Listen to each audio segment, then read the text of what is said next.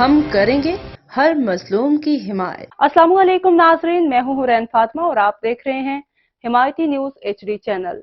नजर डालते हैं आज की अहम खबर पर। कराची में सिक्योरिटी गार्ड से इंटरव्यू लिया तो वो रो पड़ा, 17,000 सैलरी कहाँ पूरी होती है, जबकि 3 बेटे हैं और गोट का रिहायशी हूँ। यहाँ मुसाफरी भी करना, अपना खाना भी खाना और यहाँ पर रूम का रेंट भी देना, बीमार हो जाऊं या कुछ भी हो, इन्हीं 17,000 में से पूरी करता हूँ। अपनी बीवी बच्चों को भी भेजता हूँ।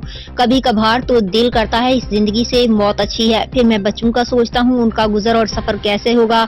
लिहाजा हम आला हुक्काम से अपील करते हैं इन सिक्योरिटी गार्ड की तनख्वाह को बढ़ाया जाए। जो सिक्योरिटी मालकान हैं वो तो भारी रकम लेकर अपने AC वाले रूमों में सोए हुए हैं, लेकिन जो इनकी हिफाजत करते हैं उनको 17,000 उजरत दी जाती है, जबकि इस जदीद दौर में 17,000 की कोई अहमियत नहीं है। अहमदीन हिमायती की रिपोर्ट।